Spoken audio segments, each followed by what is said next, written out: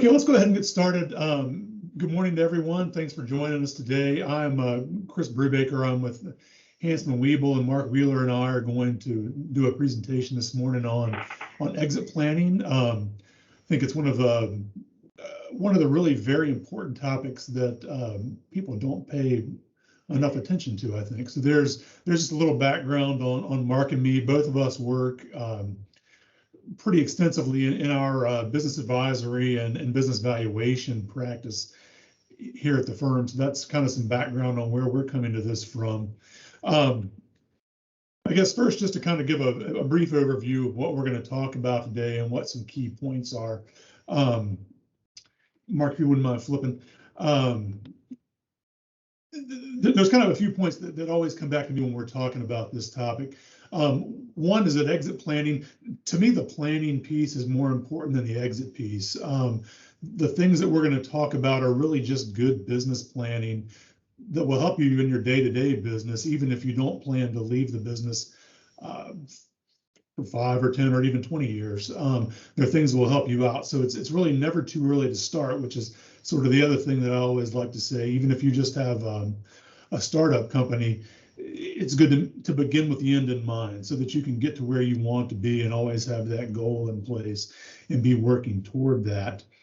And so we're going to talk today about that, about exit planning and why it's important. And then value acceleration is a term that we'll use as we get further along, which is an approach that we take to help businesses build value and help them meet their goals. So maybe, Mark, I'll turn it over to you for a second first. If you would just maybe tell us in a little bit more detail, what is exit planning? What do we mean by that? You're muted, Mark. Hey, Mark, you're muted.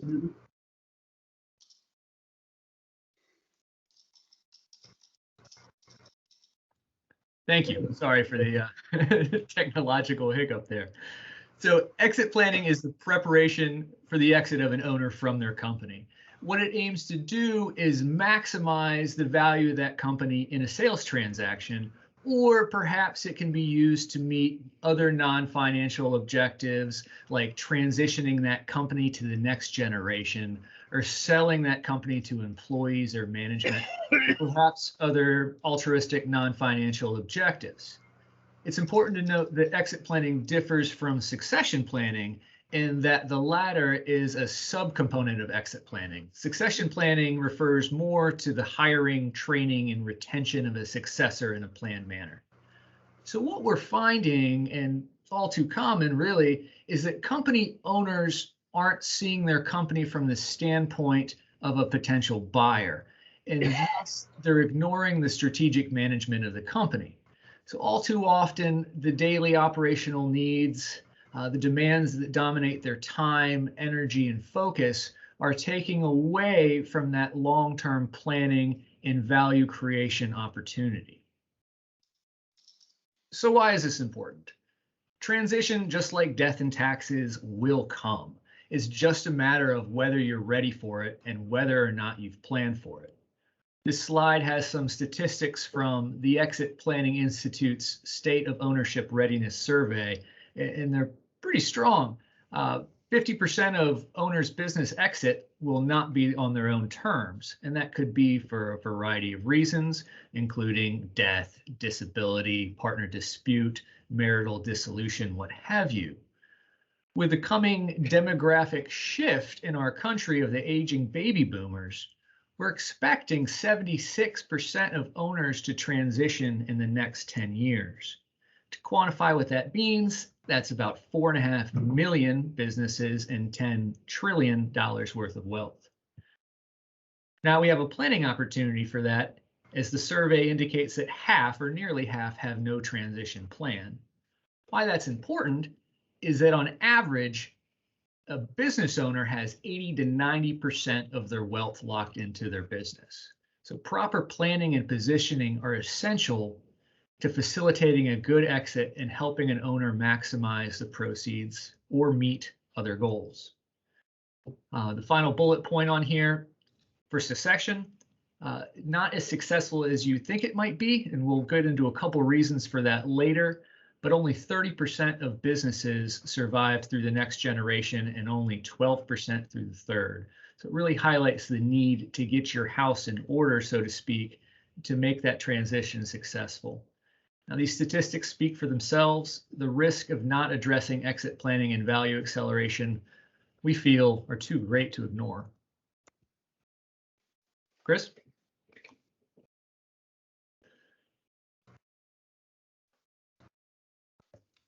Here's just a few more data points from that from the Exit Planning Institute study that Mark had mentioned before. And to me, the ones that jump out, really those first two are pretty striking, that 70 to 80% of businesses don't sell. And then the one that really hits hard is that looking a year back after a sale, fully 75% of owners regret profoundly the decision they made to sell.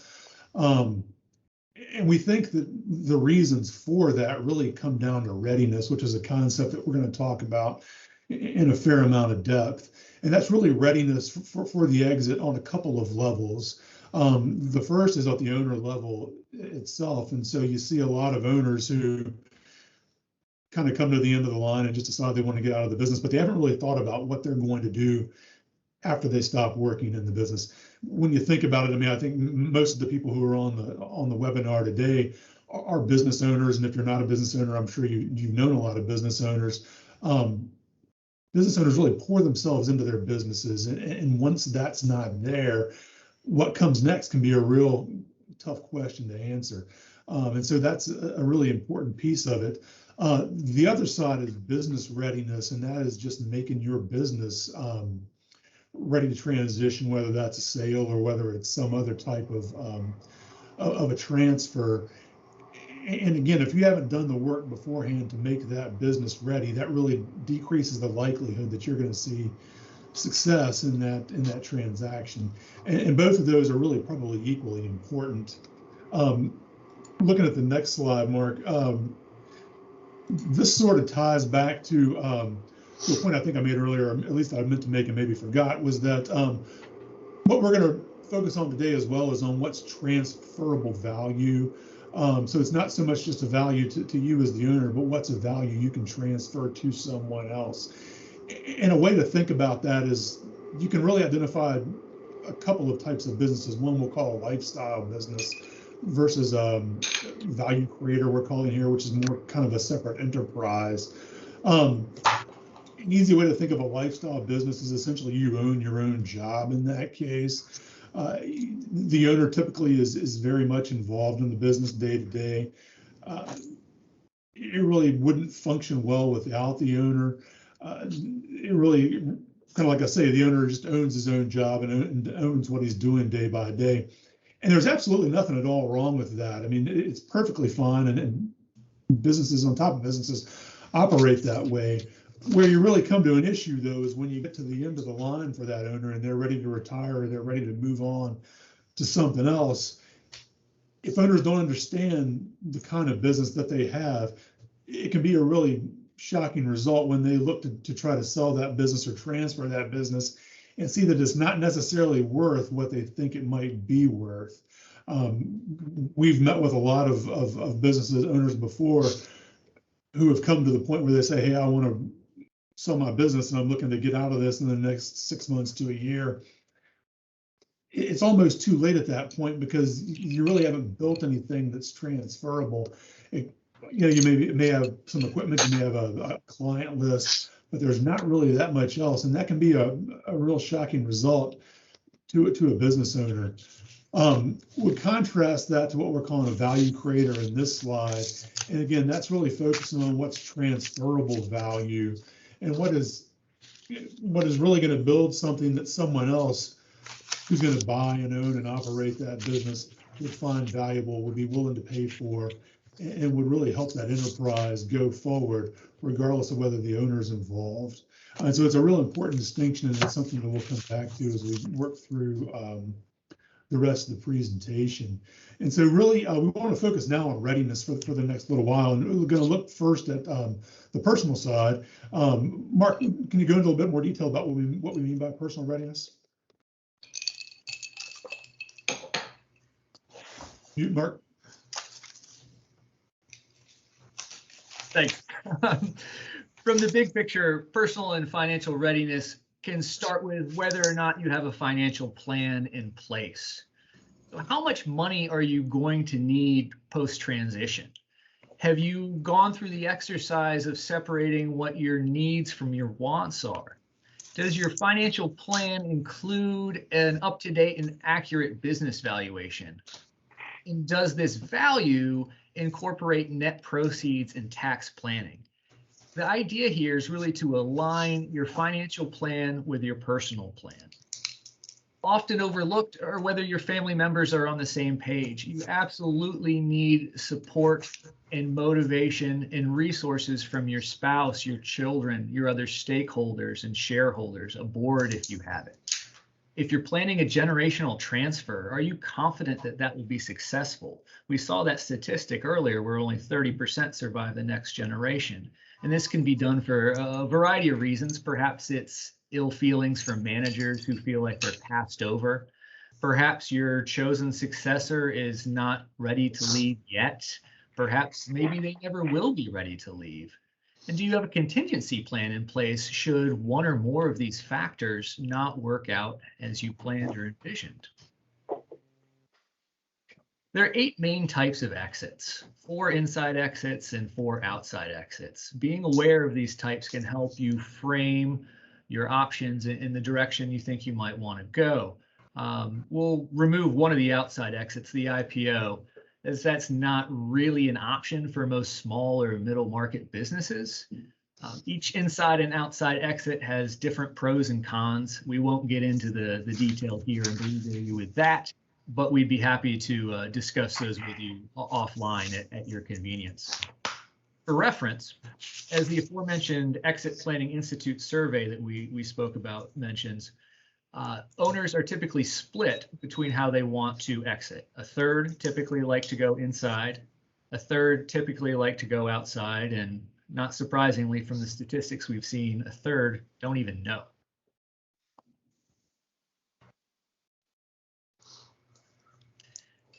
In addition to knowing your type of exits, it's extremely important to put a team together.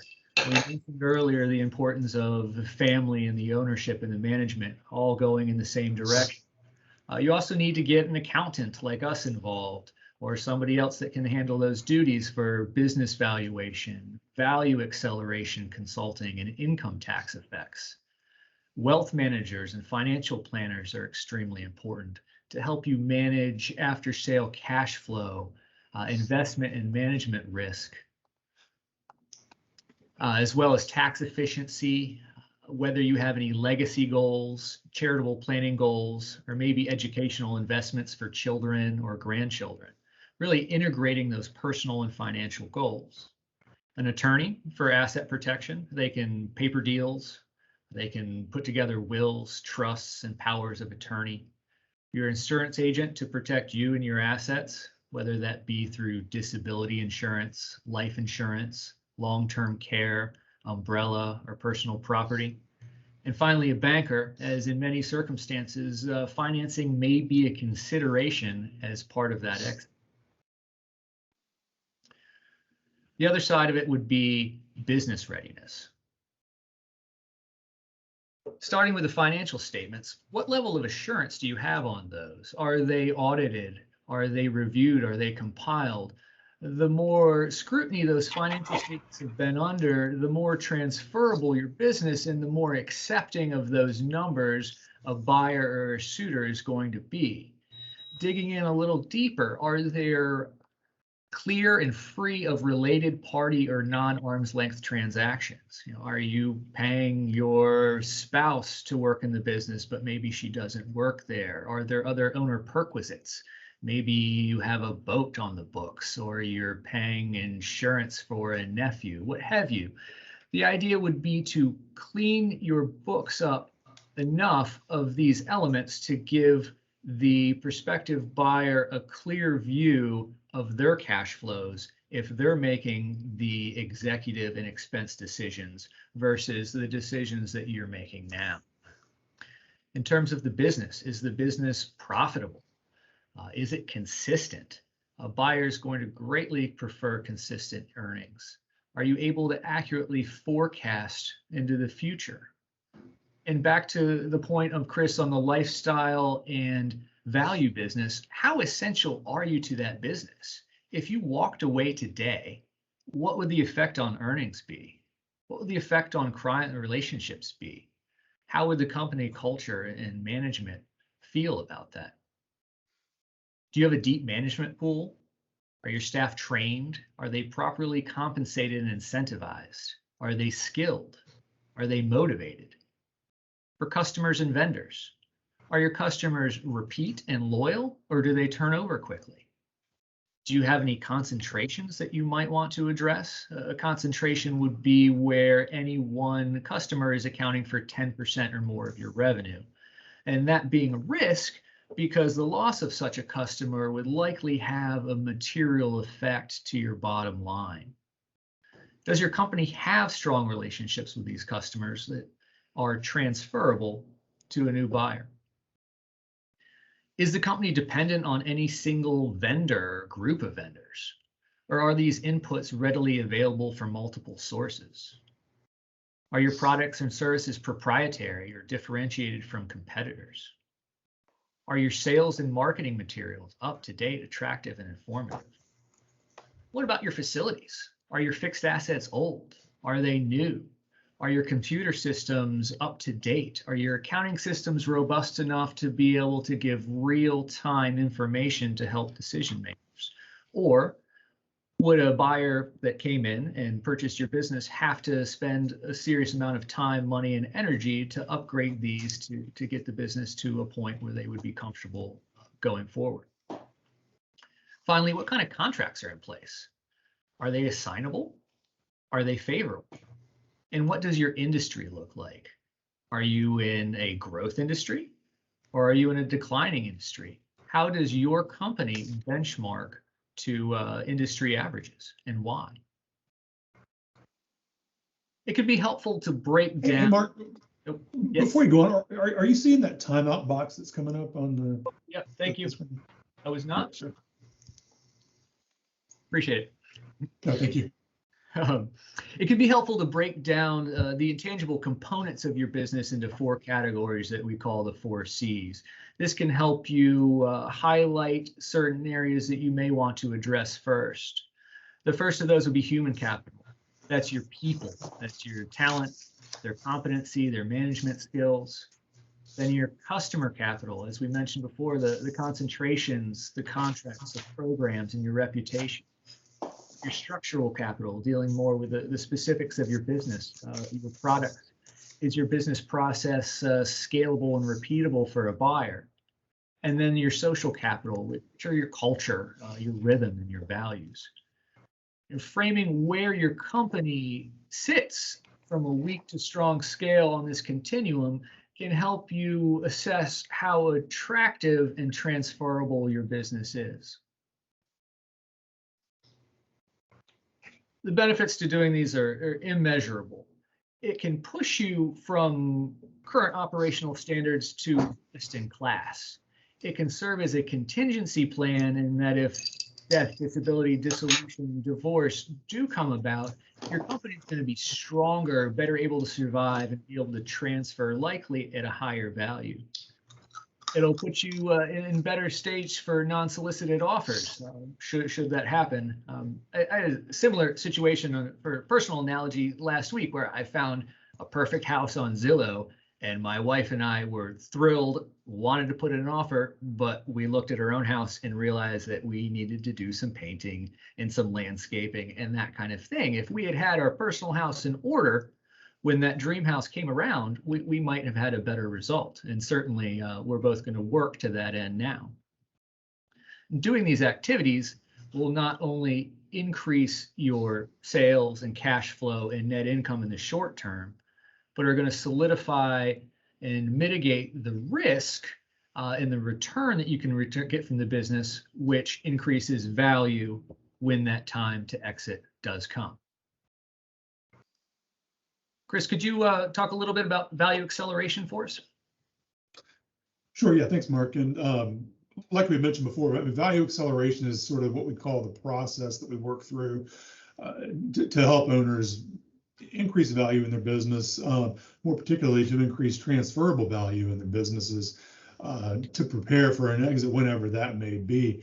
And like the point that Mark made just on the last slide, it really makes timing almost irrelevant. So if you're doing these steps to make your business as valuable as it possibly can, even if you're not planning to exit right now, you'll be ready. So if somebody makes an unsolicited offer, you're going to be in a good position where you're not going to have to do as much work to get as much as you want out of that business. And again, it's just good business planning all across the board. And so to go into a little more detail about sort of the process, the first step is to look at readiness, like those things we just talked about, both on the personal side and the business side. And then Mark brought up valuation, which that's important too, because owners sometimes often are not very good judges of what their business is worth. I don't know. I mean, I think it can be wrong on one end or another. A lot of people think, hey, my business is fantastic because it's mine, but an outsider may not see it that way. Those who are more self-critical may have something that's more valuable than they actually think it is without really knowing about it. So a good first step in the process is to do a business valuation to help the owner understand a decent range of what the business is worth now. Which is a great baseline because it lets the owner compare where the business is now to where the owner needs it to be to make an exit successful. It's also helpful in understanding what the drivers are of that value so that you can know what you need to change to get from point A to point B to make a transaction successful if one's to happen. Next step is to prioritize some actions. We'll get into that a bit more later too, but really this is kind of the implementation phase, which is really as important, if not more important than anything else. And then finally, what we talk about is value gaps down at the bottom in the last point. That really is the gap between where you are now and what you potentially could be in your business, so that you may be at one level of profit, but if we tweaked these three factors, we could get to a higher level, which would have an effect on our value. And so identifying those gaps is a big part of the discovery process and looking at the next phase of how to drive value to where we want it to be. Let's talk for a minute about range of value. Every business is going to trade at a range of multiples. This could be a multiple of sales or a multiple of EBITDA or some other metric. The range of these values are really defined by the private capital market for a company's given industry. The insurance industry is going to have one range, and the printing industry is going to have another, and the technology industry is going to have another. What the initial business valuation and the risk assessment do is help determine where your company lands on this continuum within the range of value, and can help identify which aspects you need to work on or address to move your place in that range to the right. Let's take a look at a quick example. Company A and Company B.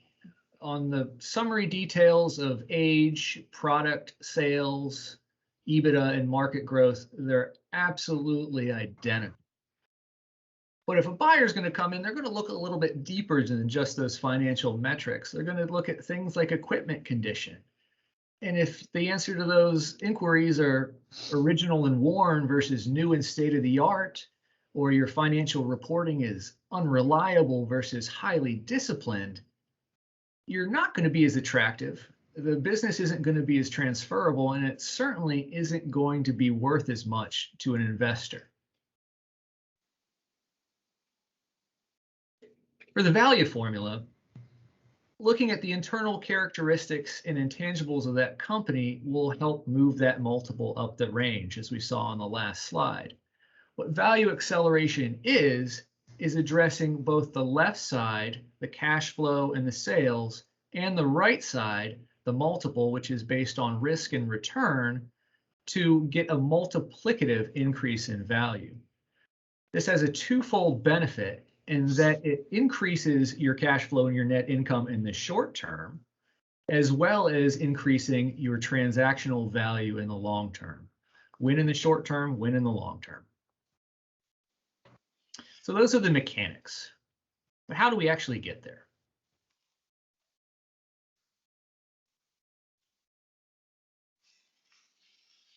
We'll talk now about action plans, and really the key here is the words I mentioned earlier are really implementation and accountability.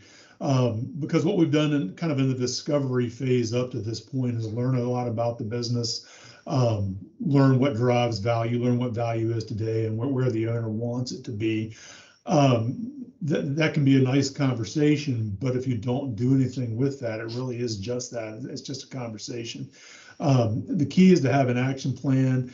We talk about a workshop here where we're going to identify things we're going to work on, 3 to 5 business and 3 to 5 personal actions to take in the next 90 days. And the important thing there to remember too is it's really an ongoing process. And so once you start this value acceleration process, it's not something you're going to do and then 6 months later you're going to be great going forward. You may be a lot better, you may be a little bit better, but the key is you're going to have a lot of things to work on, and you want to keep working on those as you go. And so we mentioned like 3 to 5 personal, 3 to 5 business actions here. I don't know, I would probably err on the 3 side if you're looking at 90 days, just to be able to get some traction. And Mark, if you flip to the next slide, we'll kind of go into a little bit more about why we say that.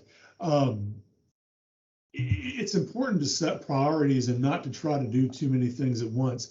I know that what I've experienced, and I'm sure you have too, is if you try to do 10 different things all at one time, you're probably not going to accomplish maybe any of them, and probably none of them very well.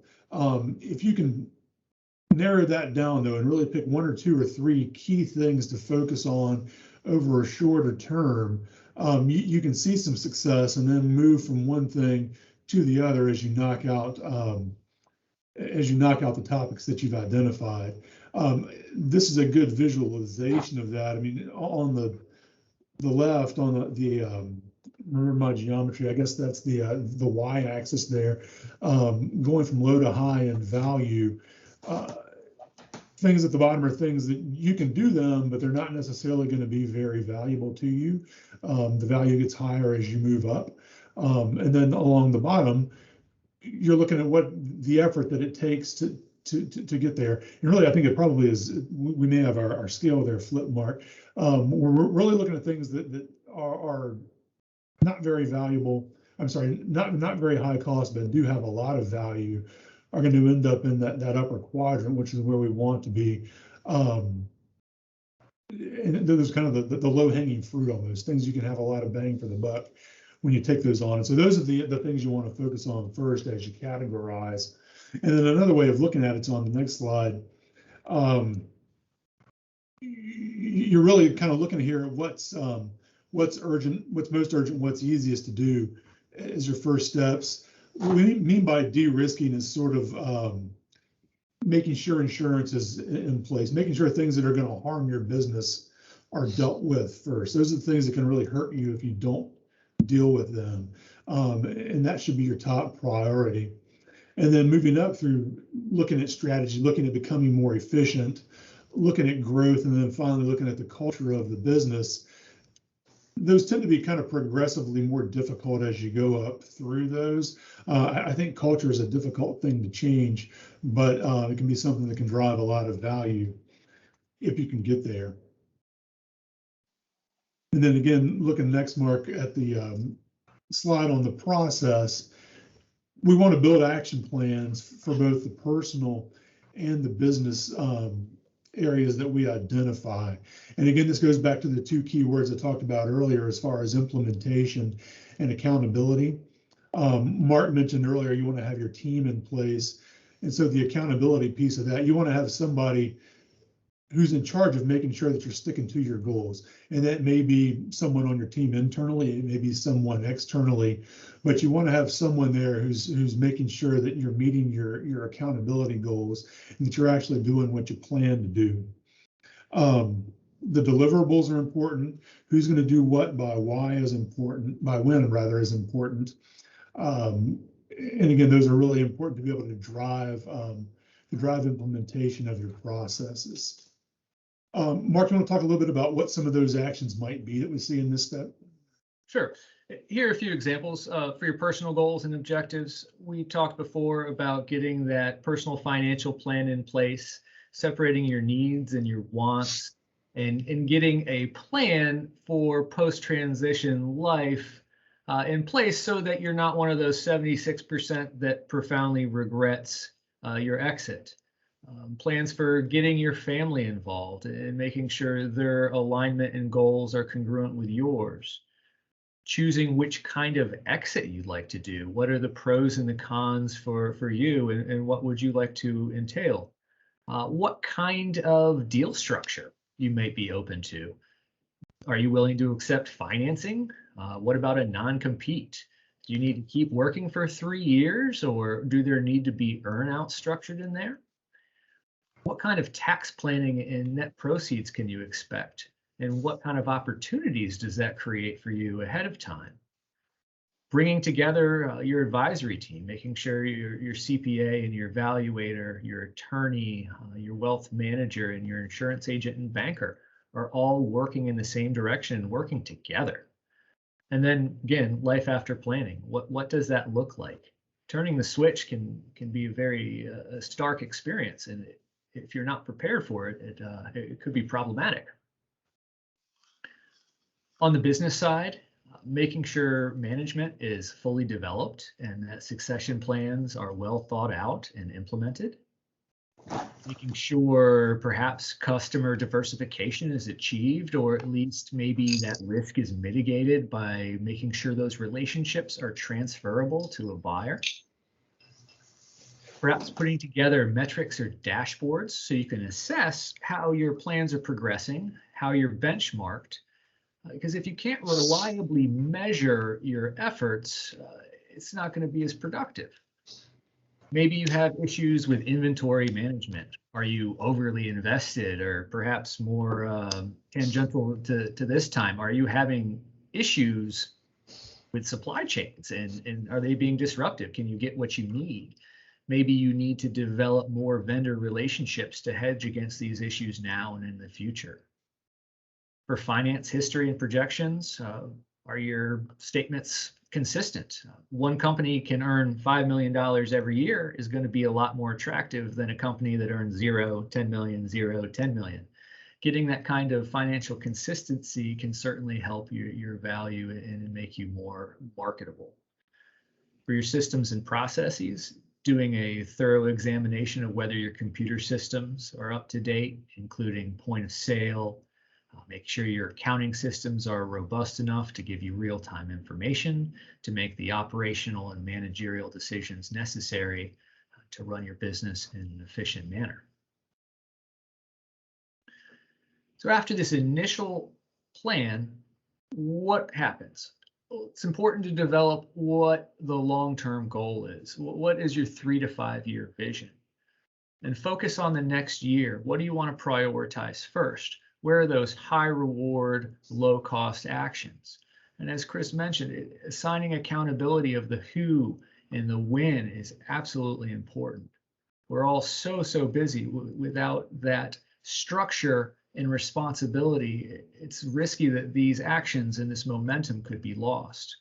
Committing those resources of parting out employee time, maybe their costs for upgrades to certain things need to be built into budgets, both financially and time-wise. And establishing a measurement and feedback process. Are we working? Is this process working? Is everybody on board with it? Eventually, these 90-day sprints turn into a rhythm and become part of your business process. And that's really how you become a value creator.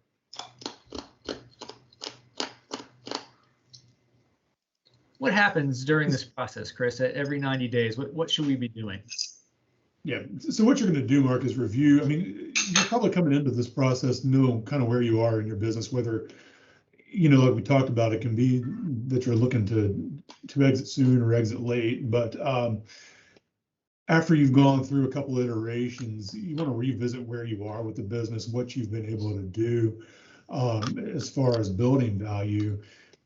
And then your question becomes whether you want to keep that up, whether you want to continue to grow your business and make it better and improve it.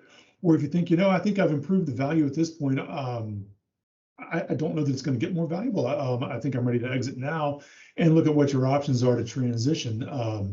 And so again, it's important to kind of keep in mind where the owner's mindset is. If it's in either that growth or the transition phase, and to monitor that sort of on an ongoing basis as you're going through the different iterations of the value acceleration process.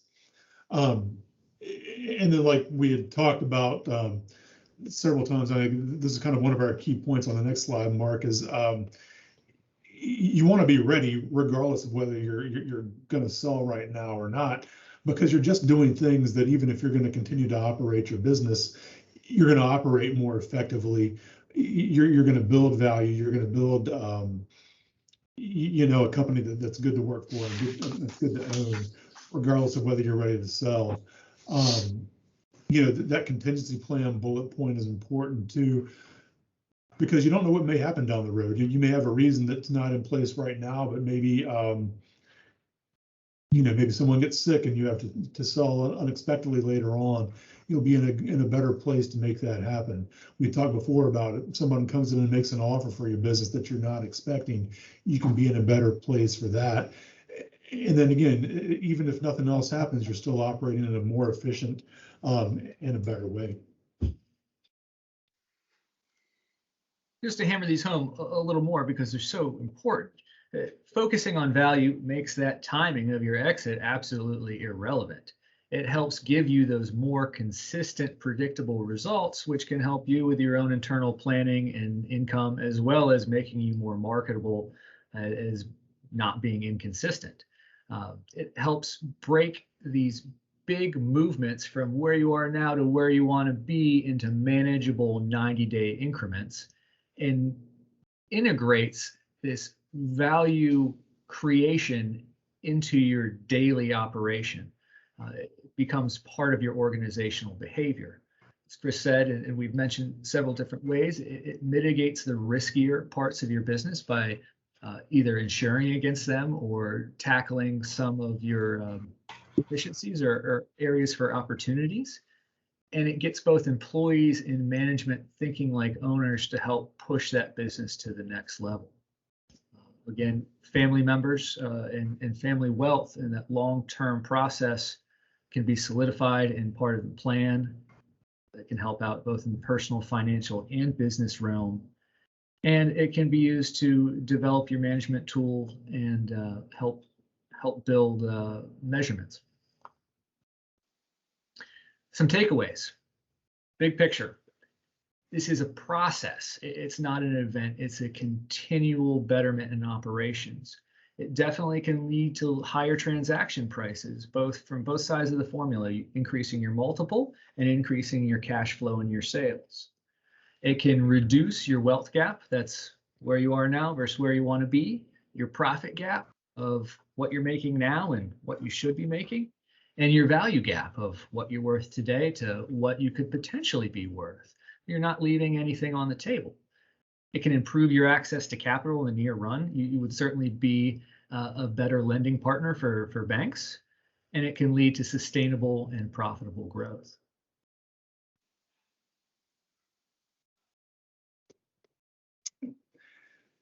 And so if you'd like to maybe take some next steps as far as doing exit planning, or maybe have a better understanding of where you are within your business, we've designed a little diagnostic tool. It's 25 or so questions, I think, that cover several areas of your business. And it really is to kind of help you understand where you stand as far as your readiness for an exit. There's a link on the slide here that Mark has to our website where that diagnostic is. It shouldn't take very long. I think it probably would take you less than 5 minutes complete the diagnostic. It'll give you some results about kind of where your business stands. And we've got a lot of these diagnostic tools that we use in some of our advisory work. They're great ways to frame a conversation around your business and as far as what next steps there are. So I would encourage you to go there, take a look at this exit planning diagnostic, which we just released last week, I think, and really any of the other diagnostics that we have on our sites that you think may be helpful to your business. And then Mark or I would be happy to talk with anybody who'd be interested in learning a little bit more about what we talked about today, or what you can do to improve what your business is. Okay, great. Well, thanks again to everybody for participating. I really would encourage you to take a look at that diagnostic that we have on our site. And if you have any questions, please feel free to reach out to Mark or me, and hope everyone has a great day. Thanks so much, everybody.